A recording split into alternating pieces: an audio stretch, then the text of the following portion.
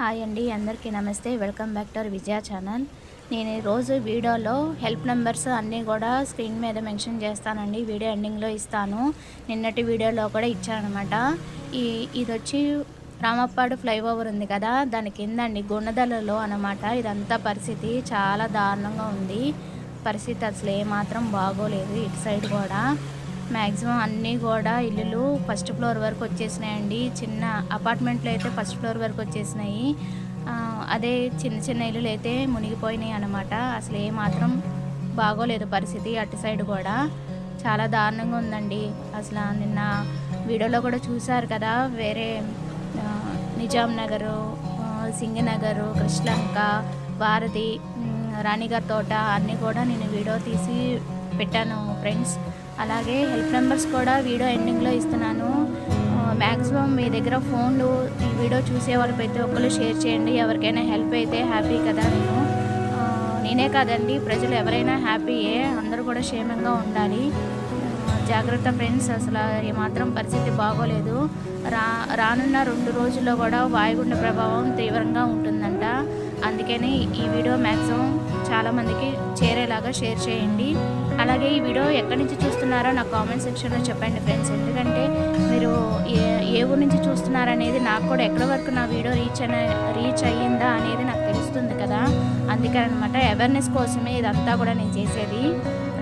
లేకపోతే అసలు నేను ఇలాంటి వీడియోలు అసలు తీయనండి. నాదంతా కూడా షాపింగ్ రివ్యూస్ అవి చెప్తూ ఉంటాను అనమాట. నా ఛానల్ కాదనమాట ఇది యాక్చువల్గా.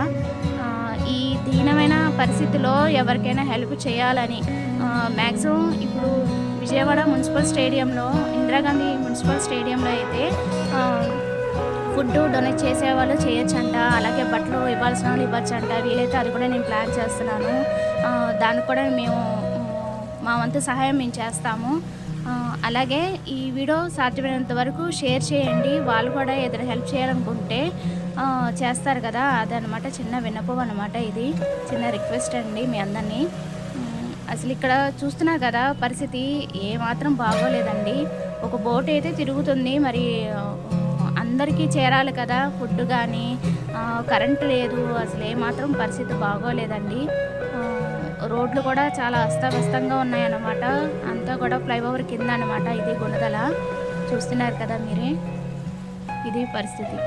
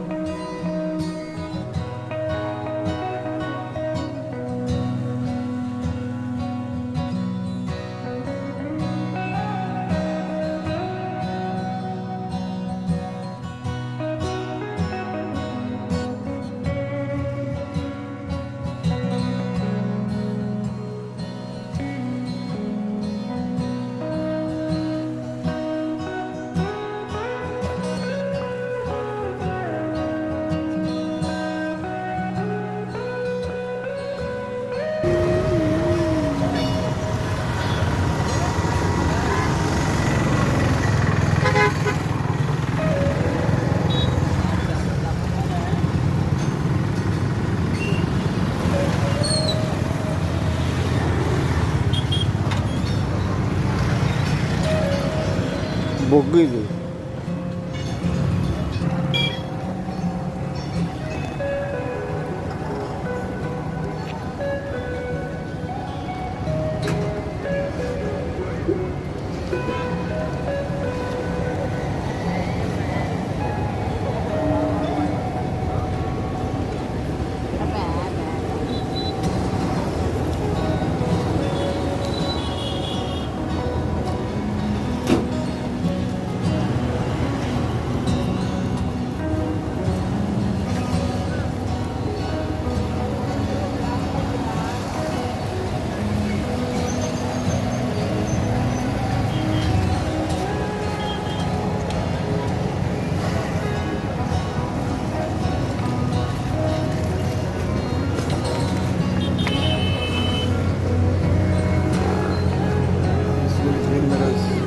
డూప్లెక్సా?